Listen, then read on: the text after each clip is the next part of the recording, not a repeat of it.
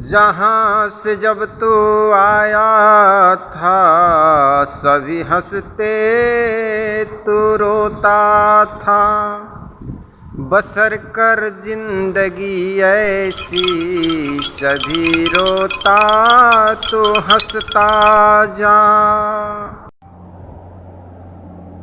बोलिए सद्गुरुदेव की जय। हमारा दोपहर के 3 बजे का जो चौमासा का कार्यक्रम है प्रारंभ होने जा रहा है। जो भी सत्संग प्रेमी बंधुओं हमारे सत्संग के इच्छुक रखते हैं वे ऑनलाइन आ जाए। आज हम कुछ बोले इसके पहले एक प्रार्थना भजन सभी मिलकर के गाना। ध्यान मूलम गुरुर्मूर्ते पूजा मूलम गुरुपदम मंत्रमूलम गुरुर्वाक्यम मोक्षमूलम गुरुर्कृपा।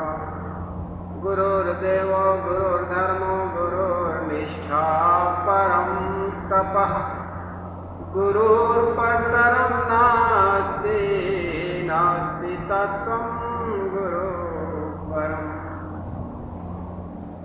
गुरु भज लो गुरु भज लो गुरु भजने का मौका है। गुरु भज लो गुरु भज लो गुरु भजने का मौका है। अभी भज लो सभी भज लो अभी भजने का मौका है। अभी भज लो सभी भज लो अभी भजने का मौका है। गुरु भजने का मौका है। गुरु भजने का मौका है। रतन करके जतन करके जगा लो ज्ञान की बाती। रतन करके जतन करके जगा लो ज्ञान की बाती। रगड़ खाओ बसत संग की प्रगट कर ध्यान की ज्योति। रगड़ खाओ सत्संग की प्रगट कर ध्यान की ज्योति। गुरु भज लो गुरु भज लो गुरु भजने का मौका है। अभी भज लो सभी भज लो अभी भजने का मौका है। मेरे नाते मेरे रिश्ते मेरे साथी घनेरे हैं। मेरे नाते मेरे रिश्ते मेरे साथी घनेरा है। नहीं रिश्ते नहीं नाते सभी साथी लुटेरे हैं। नहीं साथी नहीं नाते सभी साथी लुटेरे हैं। करे ये लूट कर दंगा मरे का माथा ठोका है। करे ये लूट कर दंगा मरे का माथा ठोका है। गुरु भज लो गुरु भज लो गुरु भजने का मौका है। बने रहना सदा ज्ञानी, ये सुनकर संत की वाणी। बने रहना सदा ज्ञानी, ये सुनकर संत की वाणी। नहीं बनना कभी कामी, नहीं बनना विषयगामी। नहीं बनना कभी कामी, नहीं बनना विषयगामी। गुरु भज लो, गुरु भज लो, गुरु भजने का मौका है। अभी भज लो, सभी भज लो, अभी भजने का मौका है। अभी भजने का मौका है, गुरु भजने का मौका है। जीवन में जो भी हम करते हैं उसके पीछे एक ही लक्ष्य होता है, एक ही उद्देश्य होता है कि हमारे जीवन में एन केन प्राकारेण शांति कैसे आए। और जिन जिन चीज़ों को हम शांति के लिए, सुख के लिए पकड़ते हैं, वो चीज़ क्षणिक होती है। और क्षणिक चीज़ों से जो सुख मिलेगा वो क्षणिक सुख होगा। क्षणिक सुख मिलने वाली चीज़ों से हमें जो सुख मिलेगा, क्षणिक चीज़ों से अल्प सुख मिलेगा। परिवर्तनशील सुख मिलेगा, वो सुख परिवर्तन हो जाएगा। परिवर्तनशील चीज़ों से कभी अपरिवर्तनीय सुख नहीं मिल सकता। विषयों का जो सुख है वो परिवर्तनशील सुख है। इसलिए सद्गुरु कबीर बीजक के सर्वप्रथम रमणी एक पद उन्होंने कहा, और पद के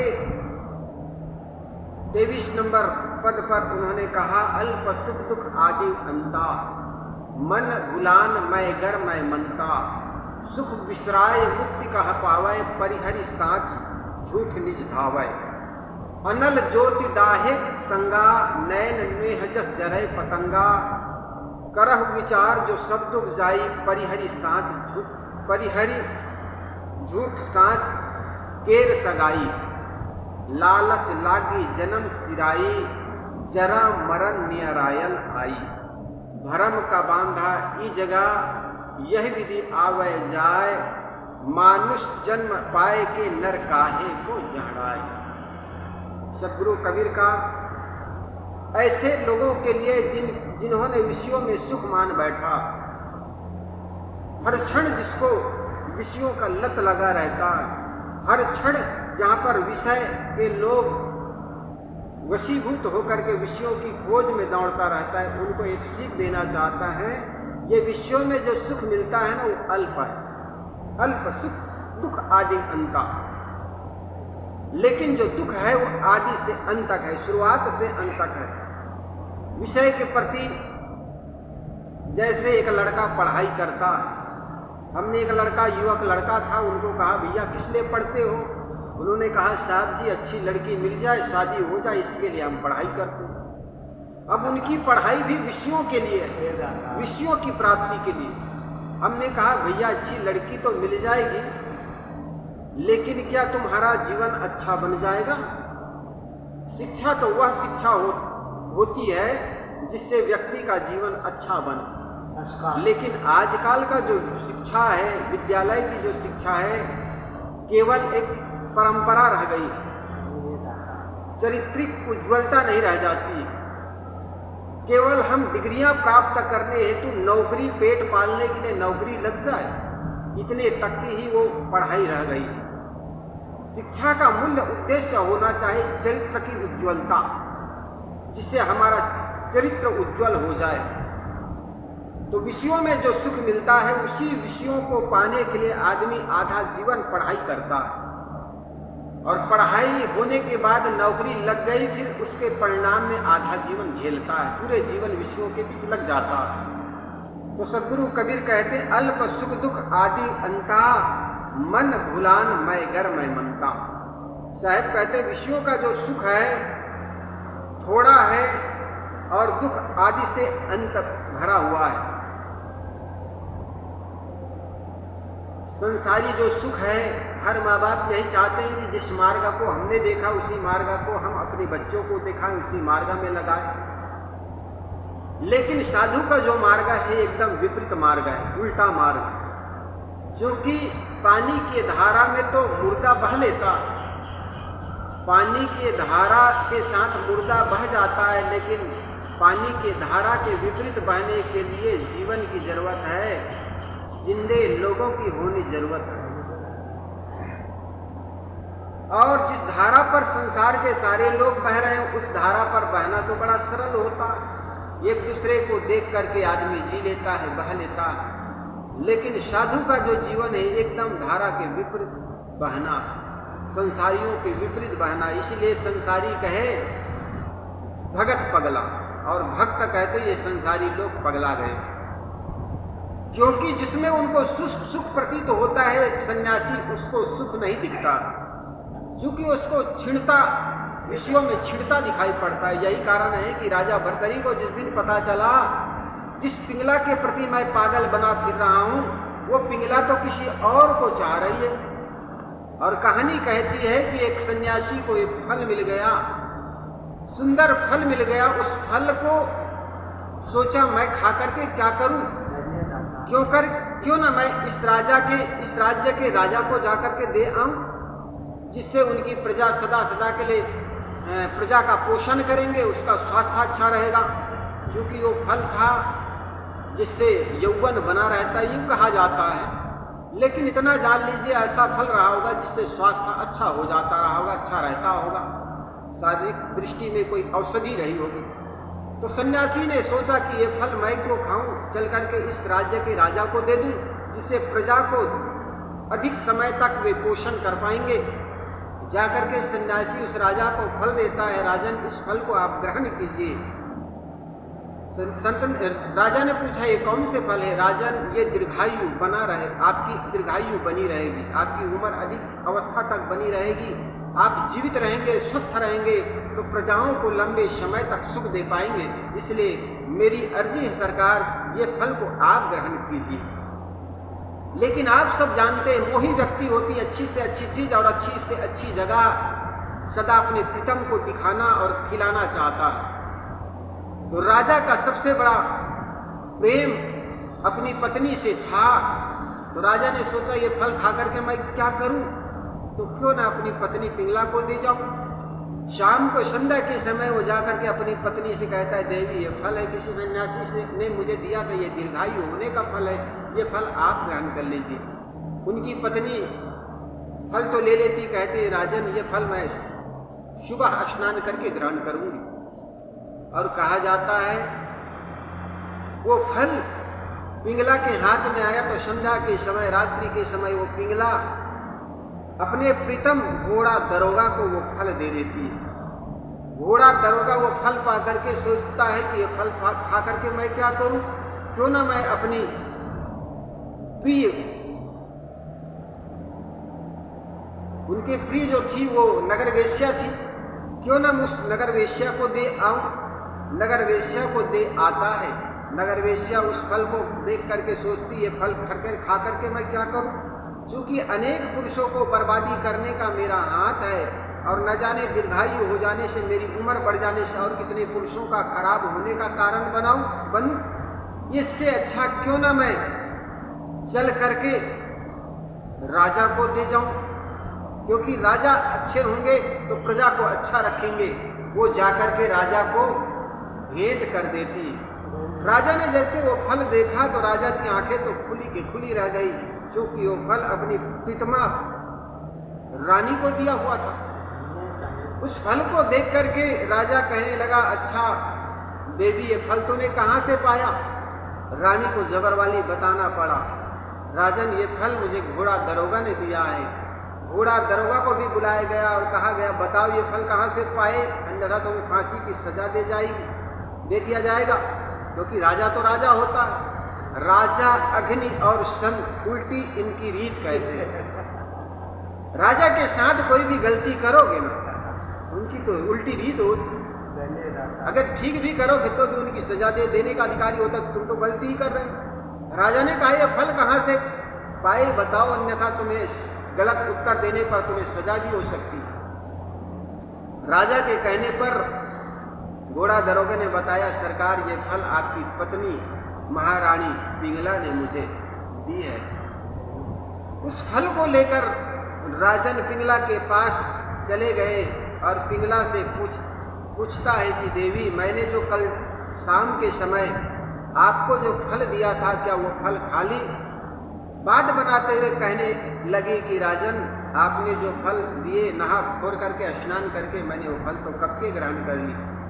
राजा ने देखा बात अच्छी है, सत्य बात बताने को, उन्होंने पीछे से हाथ करके जिस हाथों में फल रखा हुआ था उसके सामने कर दिया। तो रानी, जिस फल को आपने खा लिया तो ये फल कहाँ से आ गया? रानी को ऐसा लगा कि मेरा पोल खुल गया। फल को देखते ही उनके पैर तले की जमीन खिसक गई, बेहोश हो गई। उनको ऐसा लगा कि अब तो मेरा पोल खुल गया। पानी डाल करके छींटे मारे गए, रानी के चेतना जगी। तब तक बड़ी देर हो गई थी। राजा के मन में विचार आया, देखो जिस रानी को मैं अत्यधिक जान से भी अत्यधिक प्रेम करता हूँ, वो रानी मुझे नहीं चाहती। किसी घोड़ा दरोगा, किसी नौकर से ये प्यार करती है। और वो घोड़ा दरोगा भी इस रानी से प्रेम नहीं करता, बल्कि किसी नगर वेश्या से प्रेम करता है। और वो नगर वेश्या मुझे चाहती है।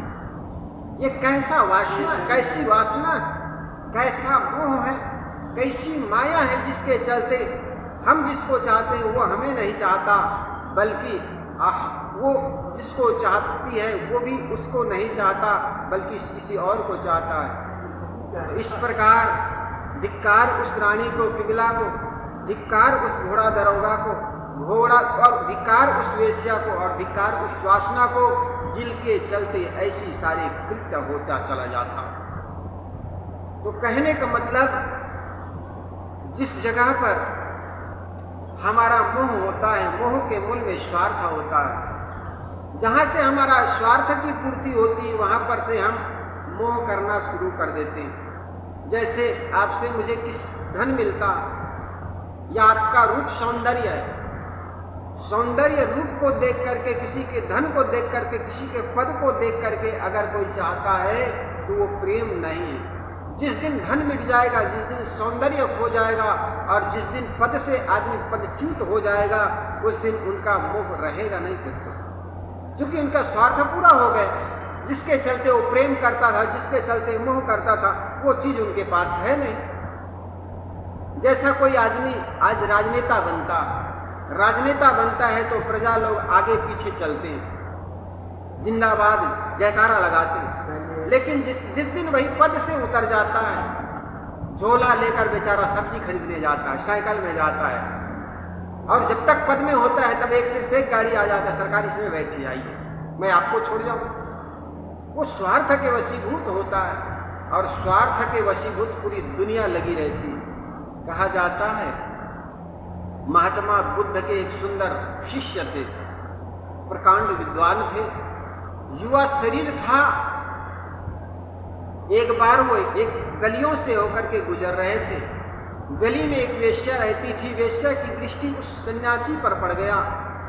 सन्यासी को उन्होंने आमंत्रित किया, सन्यासी जी रुकिए, मेरे दरवाजे पर आने के लिए बड़े बड़े पद वाले, बड़े बड़े ओहदे में बैठे लोग, धनपति, सेठ, न जाने कैसे कैसे लोग तरसते हैं, लेकिन आपको मैं आमंत्रित कर रही हूँ, आप मेरे दरवाजे पर आइए, मेरे आंगन पर आइए, आप अपनी इच्छा की पूर्ति कीजिए। सन्यासी ने कहा, देवी फिर कभी आऊँगा, फिर कभी आऊँगा करके बात बनाकर चला गया। वर्षों बीत गए, सन्यासी आए नहीं। जब भी वेश्या आमंत्रित करती, सन्यासी यही कह देता, नहीं देवी, जब आवश्यकता पड़ेगी जरूर आऊँगा। एक दिन कहा जाता है धीरे धीरे वो नगर की जो वेश्या थी उनका शरीर क्षीण हो गया, वृद्ध हो गई, और एक बहुत बड़ा रोग से, कहा जाता है कोढ़ रोग से ग्रसित हो गया उनका शरीर।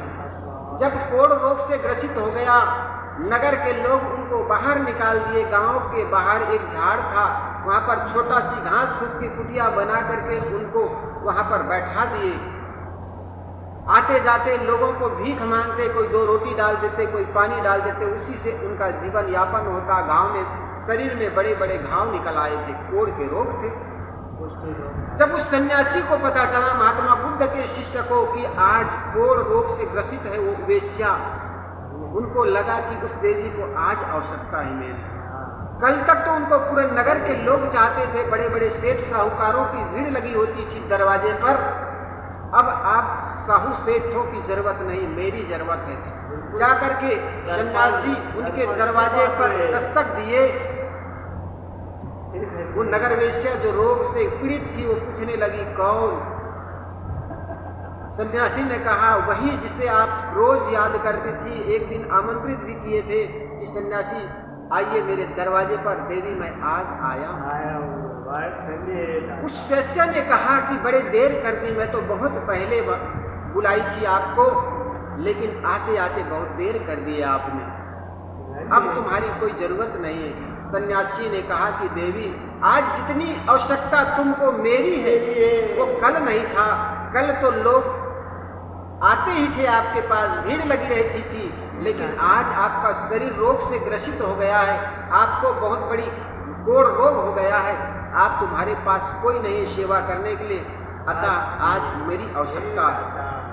कहा जाता उस सन्यासी ने उस देवी की अपने आयुर्वेद की सेवा की, मतलब आयुर्वेद से चिकित्सा की, और जब ठीक हो गई वो सन्यासी, वो वेश्या जब ठीक हो गई तो सन्यासिनी हो गई। ऐसा महात्मा बुद्ध की जातक कथा में ये घटना घटती है, कहानी कही जाती है।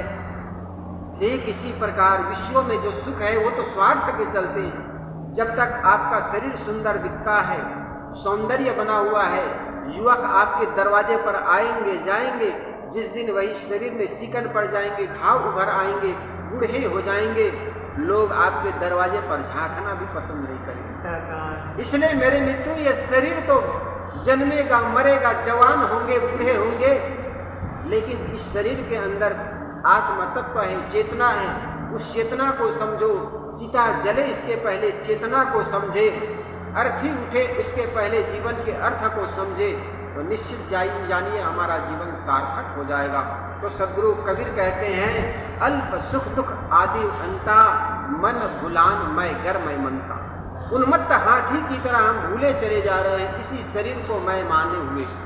शरीर को मैं मानना सबसे बड़ा यह पाप है। सभी पाप इनके पुत्र हैं, सब पापों का यह पाप है। जो भी पाप करते हैं शरीर के चलते करते हैं। शरीर एक माध्यम है, चाहे शरीर से हम पुण्य कर सकते हैं, आत्म कल्याण कर सकते हैं, चाहे हम दुरात्मा भी कहला सकते हैं गलत कृत्य करके। तो सद्गुरु कबीर कहते हैं, व्यक्ति विषयों में फंस करके अल्प सुख तो मिल जाता, लेकिन अल्प सुख में पड़ करके अपनी जिंदगी को बर्बाद करना एक नादानी है, एक मूर्खता है, एक हमारी नासमझी है, अज्ञानता। इसलिए विषयों के दलदल में न फंसे। देखो, धन्य है वह व्यक्ति, सर्प काटे इसके पहले सर्प को जहरीला है करके दूर से त्याग देते हैं। बिच्छू को देख करके हम जानते हैं इनके बिच्छू में, इसके पुंछ में डंक है, जहर है।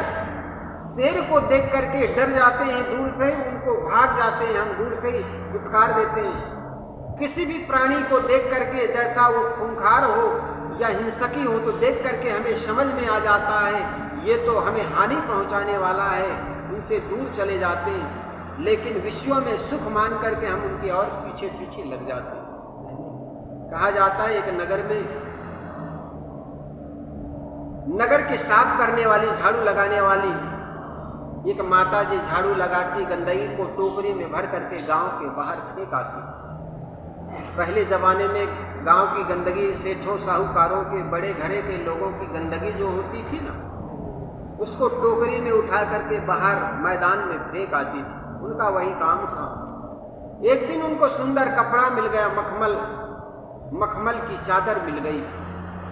वो सोची एक टोकरी, एक कपड़े का क्या काम करूं, तो उस जिस घर से गंदगी उठाई थी उनके यहाँ से वो चादर मिल गई थी। वो चादर को उनके ऊपर ढाक दी और नगर से होकर के, गलियों से होकर के बाहर मैदान में फेंकने जा रहे हैं। चौराहे पर कुछ मनचले युवक मिल गए। मनचले युवक ने देखा ये सुंदर मखमली चादर को ढांक करके क्या ले जा रही है। वो रोकने लगी, ये भाई कहाँ जा रही हो, और इतनी सुंदर चादर से ढांक करके ये क्या ले जा रही है। उस बाई जी ने कहा कि अरे ये तो गांव की गंदगी है, इसको मैं बाहर मैदान में फेंकने जा रही हूँ। कुछ लोगों ने इनकी बातों पर विश्वास कर लिया, वास्तव में गंदगी ही होगी, आखिर यही काम करती है। लेकिन कुछ लोगों को विश्वास नहीं हुआ, ये हम लोगों को भोला समझती है। विश्वास हम लोगों को भोला समझ रही कि हम लोग ये कह लिया और हम लोग मान लें, नहीं जरूर इसमें कुछ होगी। उन्होंने कहा भाई जी उतारो टोकरी, इतने सुंदर चादर से ढक करके कोई गंदगी ले जाती। टोकरी उतारी, कह रहे भोले आदमी तुम लोग माने नहीं, देखो गंदगी। चादर हटा करके दिखाई तो गंदगी थी, नाक दबा करके लड़के कुछ तो भाग गए। फिर भी कुछ लोगों के मन में हुआ कि ये टोकरी, ये बाई जी इतनी सुंदर चादर में ढक करके ये गंदगी को इससे ले जाएंगी, हो सकता है गंदगी के अंदर कुछ हो। तो कुछ लोगों ने हाथ डाल करके उसको पता लगाने लगा, इस गंदगी के अंदर भी कुछ होगा। तो लड़कों लोग, कुछ लोग हाथ अंदर डाल करके उसमें पता लगाने लगे, खोजने लगे कि जरूर कोई सोना चांदी। अल्प सुख दुख आदि अंता, विषयों में जो सुख है वो अल्प है, और यही कारण है कि जो भी व्यक्ति विषयों में फंसता है उनको ऐसा लगता है कि हमको कुछ और चाहिए, और की चाहना में निश्चिंत जलता रहता। विषयों में अगर सुख मिल जाता तो संसारी लोग कब के खुशी हो गए होते, सुखी हो गए होते। लेकिन फक्कड़ फकीर जिनके पास न तो किसी प्रकार की विषय वासना है, ना कोई बड़ा महल है, फिर भी वो सुखी होते हैं। किसी ने कहा कि कर खिदमत फकीरों की, नहीं वह लाल मिलता है अमीरों के खजाने में। तमन्ना दर्द दिल में है तो कर खिदमत फकीरों की, तमन्ना दर्द दिल में है तो कर खिदमत फकीरों की, नहीं वह लाल मिलता है अमीरों के खजाने में। मेरे मित्रों, अमीरों के खजाने में अगर मिलता तो बहुत से अमीर ज़्यादा इस संसार में आए हजारों लाखों चले गए, नेकी बदी का बोझ उठाए चले गए। इसलिए हमें करना क्या है, विषयों की सुख को त्याग करके हमें अनंत सुख की ओर, अनंत अपनी चेतना की ओर लौटना है। जब मन विषयों से मुड़कर अपने में आ जाएगा तब सुख का स्रोत खुलेगा जो है अनंत अपनों में। तो साहब कहते हैं सुख बिसराए मुक्ति कहाँ पावे। सुख को बिसरा करके, अर्थात वो परम सुख को, परम शांति को भूल करके क्षणिक सुख की जो उपासना करते हैं उसमें हमें मोक्ष नहीं मिल सकता। मोक्ष तो परम शांति में है, परम सुख में है। इसलिए अल्प सुख को त्याग करके परम की ओर लौटने की जरूरत है। एक मिनट, ये नहीं होगा, बस छोड़ दे। साइड हो गई, खसलो पड़ा साइड।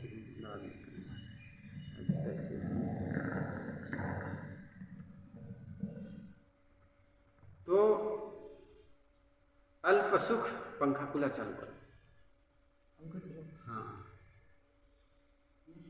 कूलर चालू करो। साहेब कहते हैं सुख बिसराए मुक्ति कहाँ पावे, परिहरी साच झूठ निज धावे। सुख बिसरा करके मुक्ति कहाँ पावे, परिहरी साच झूठ निज धावे। और सच को त्याग करके झूठ की ओर दौड़े चले जाते हो। अनल ज्योति डाहे एक संगा, जय नैन नेह जस जरे पतंगा। यह तो ऐसा ही है जैसे कोई पतंगा अनल ज्योति को देख करके ज्योति को सुख प्रतीत होता है और उसमें दौड़ चलता है झुलसने के लिए। अगर उसमें झुलसने के लिए अगर चला जाए तो सिवाय उसमें उनको चलना ही पड़ेगा।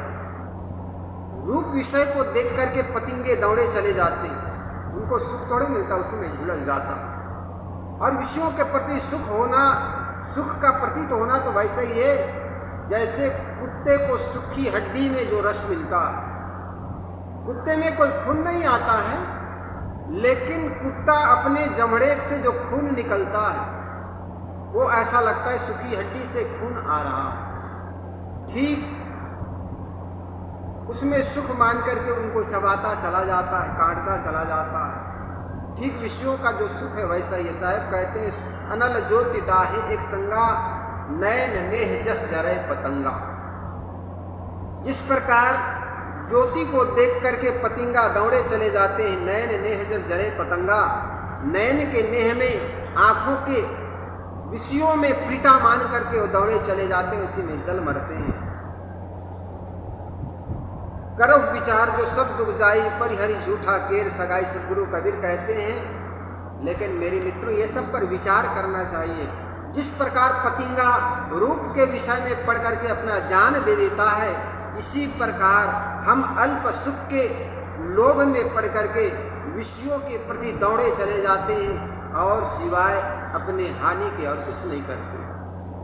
इसलिए अल्प सुख को त्याग करके बृहद अनंत आत्मा की ओर हमें लौटनी होगी। करह विचार जो सब दुख जाई, परिहरि झूठा केर सगाई। साहब कहते हैं विचार करोगे तो सारे दुख मिट जाएंगे। आज तक हम जिन विषयों का भोग किए हमको मिला क्या? जरा सोचो, जिन चीजों का हमने भोग की उनसे मिला क्या?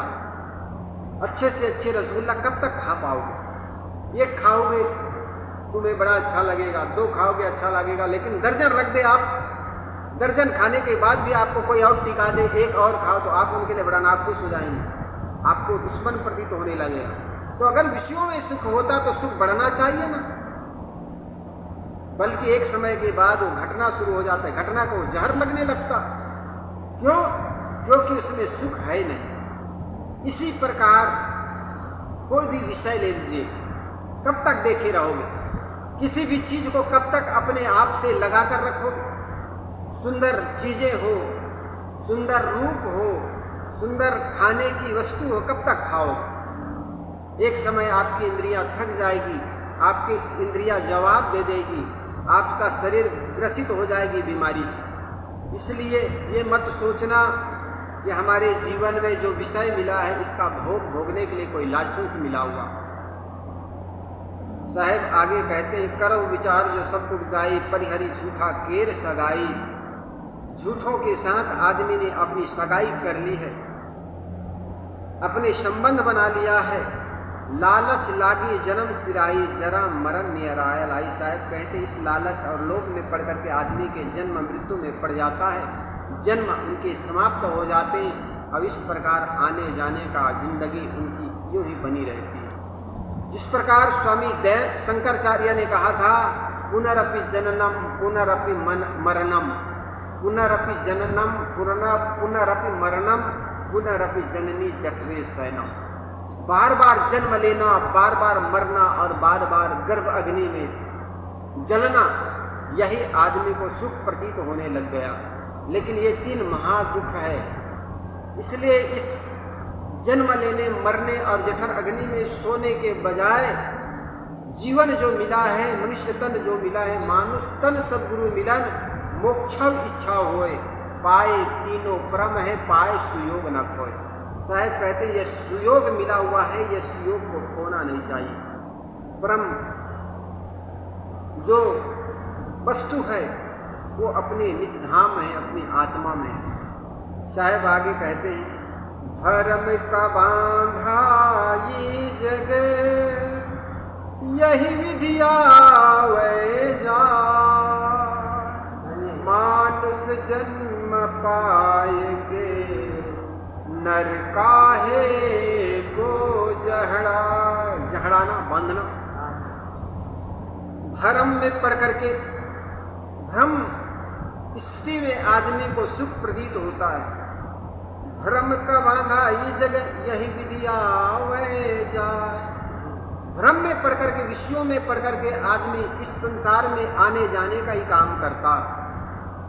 आए लाखों हजारों चले गए, आए हजारों लाखों चले गए, नेकी बदी का बोझ उठाए चले गए। विषयों से, संसार के विषयों से किसी का मन नहीं भरा, इसलिए लोभ करना ही पाप है। पाप का बाप लोभ कहते हैं। कहा जाता है ये पंडित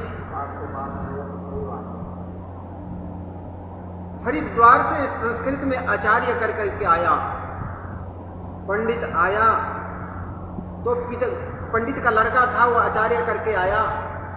आचार्य करके आया तो पिता ने पूछा, बेटा तुम्हारी पढ़ाई पूरी हो गई? पंडित के उस लड़का ने कहा, गुरु पिताजी बिल्कुल मेरी पढ़ाई पूरी हो गई। पढ़ाई पूरी हो गई तो अच्छा बेटा ये बता, पाप के बाप कौन है? लड़का ने बड़े माथा कूटा, सिर में हाथ लगाया, पुस्तक उल्टा पुल्टा। उन्होंने सोचा यार मेरे गुरुजनों ने तो ये कभी बताए नहीं।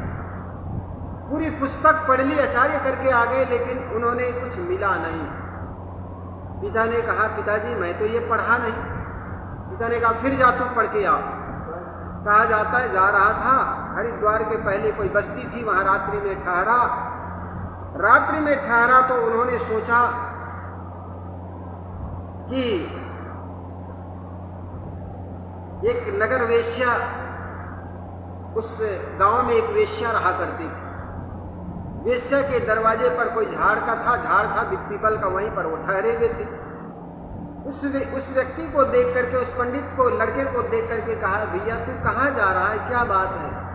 उन्होंने कहा, देवी मैं हरिद्वार से पढ़ करके महीनों पढ़ने के बाद मैंने घर आया। घर में पिताजी ने कहा कि पाप का बाप कौन है, मैं उत्तर दे नहीं पाया। वेश्या ने कहा ये तो बहुत सरल बात है, तो देवी मुझे उत्तर बता दो। तुम्हें उत्तर बताने के पहले मेरे घर में आपको अतिथि स्वीकार करना होगा। उस पंडित के लड़का ने कहा, मैं आप वेश्या हैं और आपके घर में अतिथि कैसे स्वीकार करूं? तुम्हें उत्तर चाहिए तो मेरे आतिथ्य तो स्वीकार करना ही पड़ेगा। वो चला गया। उनके दरवाजे पर जाने के बाद उन्होंने कहा, देवी अब बताओ पाप का बाप क्या होता है?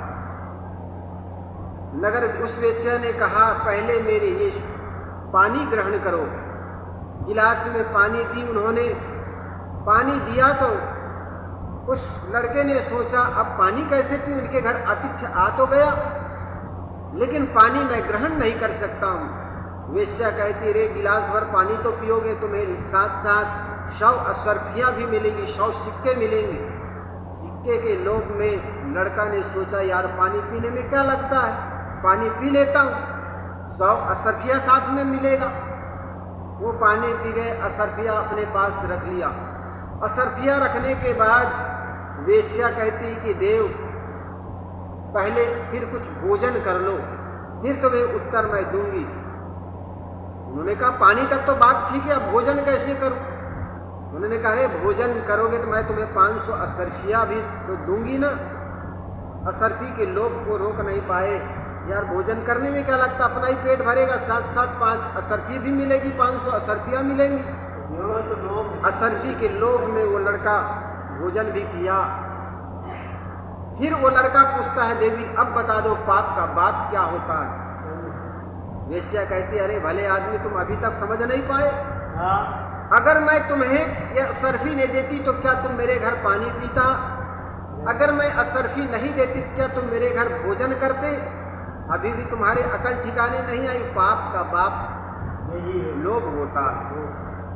तो ठीक लोभ में पड़ करके हम जितने विषयों को भोगने के लिए चलते हैं उतना विषयों की लत बढ़ती चली जाती है। भ्रम का बांधा इस जगह साहब कहते हैं, इसी प्रकार भ्रम में पड़ करके कि विषयों में सुख है ये मान करके विषयों का भोग करते हैं, लेकिन यही जन्म और मरण का कारण है।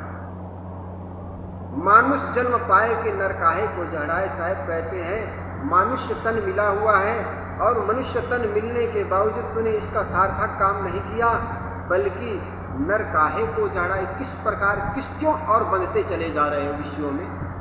इसलिए विषयों से हट करके अपना आत्म कल्याण करना, अपने स्व विवेक पूर्वक आत्म कल्याण करना ही मानव का लक्ष्य है। इसलिए सदगुरु कबीर ने कहा, मानुष तन सदगुरु मिलन मोक्षा विच्छा होय, पाए तीनों परम है, पाए सुयोग न खोय। शायद कहते हैं अगर तीनों चीज किसी को मिल गया तो निश्चित जानिए परम सौभाग्य है। मानुष तन, सदगुरु जनों का मिलन और मुक्ति की इच्छा होना। मनुष्य तो तन मिल गया है, लेकिन मनुष्य का कर्म ना हो, मनुष्यता ना हो तो मनुष्य किस काम की। इसलिए मनुष्य का तन मिलने के साथ साथ बहुत बड़ी बात है आत्म कल्याण की, या परम शांति की, या सुंदर मन की।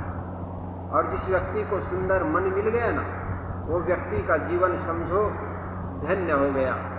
इसलिए तन साफ बनाना तो हर कोई चाहता है, लेकिन साथ साथ मन को भी साफ बनाने की जरूरत है। एक भजन गाएं, फिर आप आज का कार्यक्रम हमारा समाप्त हो जाए। तन साफ बना कर देख लिया, मन साफ बनाने आए हैं। तन साफ बना कर देख लिया, मन साफ बनाने आए। दुनिया को रिझा कर देख लिया, गुरुवर को रिझाने आए हैं। दुनिया को रिझा कर देख लिया, गुरुवर को रिझाने आए। सबकी खुशियों के लिए जिए, नफरत के 100 जाम पिए। सबकी खुशियों के लिए जिए, नफरत के 100 जाम पिए। जग को अपना कर देख लिया, तुझको अपनाने आए हैं। जग को अपना कर देख लिया, तुझको अपनाने आए हैं। तन साफ बना कर देख लिया, मन साफ बनाने आए हैं। दुनिया को रिझा कर देख लिया, गुरुवर को रिझाने आए हैं। नादानी में बचपन छोड़ा, मनमानी में यौवन खोया। नादानी में बचपन छोड़ा, मनमानी में यौवन खोया। सांसों को लूटा कर देख लिया, अब प्यार लुटाने आए हैं। सांसों को लुटा कर देख लिया, अब प्यार लुटाने आए। दुनिया को रिझा कर देख लिया, गुरुवर को रिझाने आए हैं। तन साफ बना कर देख लिया, मन साफ बनाने आए हैं। शिक्षा पाकर भी मूढ़ रहे, अपनी करनी से जूझ रहे। शिक्षा पाकर भी मूढ़ रहे, अपनी करनी से जूझ रहे। धन महल कमा कर देख लिया, धन धर्म कमाने आए हैं। धन महल कमा कर देख लिया, धन धर्म कमाने आए हैं।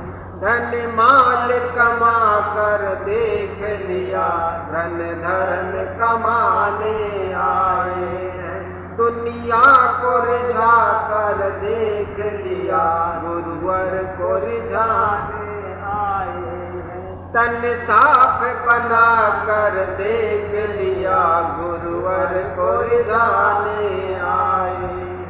जो बैरी थे वो मित्र लगे, अपने से ज्यादा दूर भागे। जो बैरी थे वो मित्र लगे, अपने अपने से सदा ही दूर भगे, दरबार बसा कर देख लिया, दरबार बसाने आए हैं, दरबार बसा कर देख लिया, दरबार